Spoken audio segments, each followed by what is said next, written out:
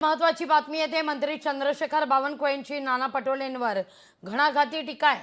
मन आणि मेंदू भ्रष्ट झालेला नेता म्हणजे नाना पटोले असं ते म्हणतात।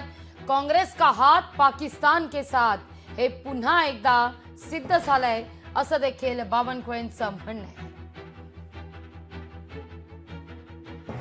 भारतीय सैन्याचा घोर अपमान केलेला आहे आणि त्यांच्या या वक्तव्याचा मी तीव्र शब्दात निषेध करतो।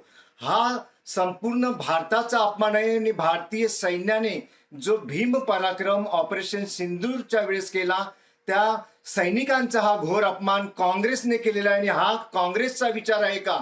हा भारतीय राष्ट्रीय काँग्रेसचा विचार नाना पटोले यांच्या मुखातून निघालेला आहे का? याचं स्पष्टीकरण राहुल गांधी आणि काँग्रेसच्या नेत्यांनी तात्काळ दिलं पाहिजे। काँग्रेसच्या सध्याच्या प्रदेश अध्यक्षांनी माफी मागितली पाहिजे याबद्दल। नाना पटोले यांनी माफी मागितली पाहिजे, राहुल गांधी यांनी माफी मागितली पाहिजे। नाना पटोलेंसारखं काँग्रेसचा अध्यक्षपद ज्या व्यक्तीने भूषवलं ती व्यक्ती जर ऑपरेशन सिंदूरला एक कम्प्युटर गेम अशा प्रकारे बोलत असेल तर निश्चितपणे पूर्ण काँग्रेसची नाचक्की झालेली आहे।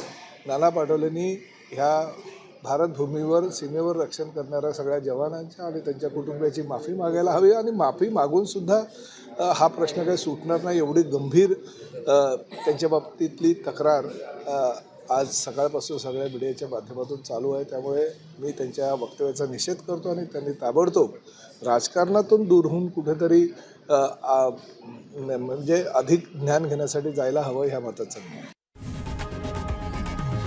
लोकशाही मराठी ऐका, पहा, जागरूक रहा।